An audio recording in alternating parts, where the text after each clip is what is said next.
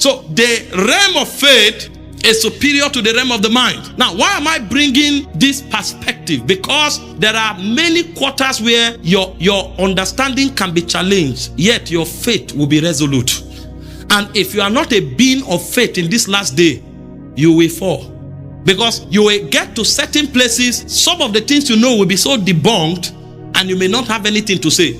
If you don't have anything to say, don't be proud. I will go and research and come back, but know that what I know is superior to what I can explain. There is a technology, a mechanism working on my inside that makes me understand the things that are not because of the things that are. Through faith, we understand. You know, God is so ahead of man that the very first thing the Bible talks about is what man has debated for aeons. In Genesis chapter 1 verse 1, it said, in the beginning, God created the heavens and the earth. So the first verse of the Bible, the world is still deliberating on it, is to show you how backward the world is compared to the realms of faith. Through faith, we understand. Because most of the things God is instructing us to do may not make sense. And in fact, sometimes when you are passionate about serving God, somebody can look at you and say you have been brainwashed.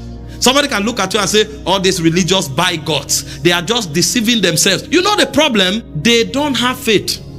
We can debate with them in the realm of the mind, but when it comes to the realm of faith, they don't have the substance of faith. The reason you are doing what you are doing is because you have the substance of faith. Your mind may catch up later, but before your mind catches up, your spirit is already there. Through faith, we understand that the worlds were framed by the word of God. And those who think what we are doing is fanaticism, a day will come when time will come to an end. Because even in their arguments, they argue that time, space, and matter began at the same time. That's the about Einstein theory of relativity. Time could not have begun before matter. Because if time began before matter, what was there? And time could not have begun before space. Because if time began before space, or if space began before time, when was space created? And if time began before space, how was it referenced? Who was there to reference it? So the three exist together. The truth is that that is true. And if that is true, it means time, space, and matter began somewhere. And if time began somewhere, a day will come when time will end. And the day when time ends, it is faith that will survive. And so the things we are doing is superior to time.